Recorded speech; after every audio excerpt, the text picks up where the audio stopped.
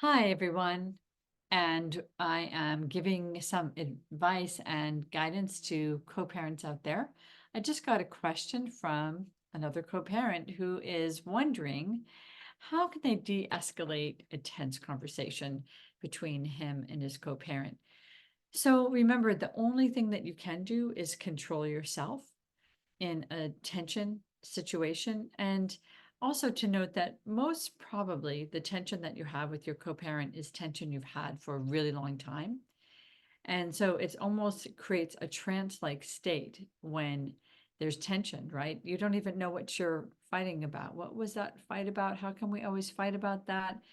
Why don't we get along? All of those questions kind of flood your head. So I would cue into yourself and get into the practice of when I am overwhelmed or when I'm flooded, I do this. I can't hear. I get upset. I want to walk away. I want to withdraw. Notice what's happening to your body. And then um, at a time, this is a prep, right? At a time, another time when you both are calm, I would actually say, hey, I don't want to get into tension with you. So here's what I'm going to do whenever I feel like tension's coming up. I'm not blaming you. I think we just have a habit of being in conflict at times. And maybe I'm going to try to change that habit and I hope you'll join me. So I'm going to back away from the conversation. I'm going to promise you that I will respond to you a little bit later. And you can also just text me something that you might want to know or need to know.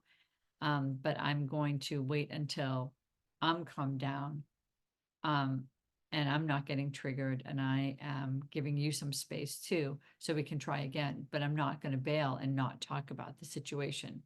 That's a sort of take time for training, right? If you want new behavior to happen, you've got to take time to prepare the other person for the kind of new behavior that you want to have happen. So really important that you don't set it up to fail and that you keep practicing these tense moments. In that moment, though, if you haven't done the take time, I would still say that kind of thing out loud.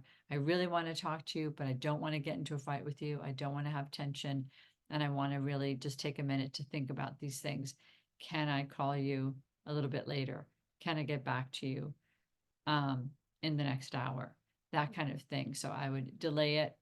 And if it's something that's urgent, like you need to tell me now, the kid's right here, then it's really important for you to again say let's stay as calm as we can. Let's try to communicate a different way. Remember, feel in your body what's happening to you, notice the pattern of behavior, and then go towards taking a time out, promising to come back together and finding some way of compromise or negotiation. Okay, best of luck, co-parent, and I'll keep sending tips along the way.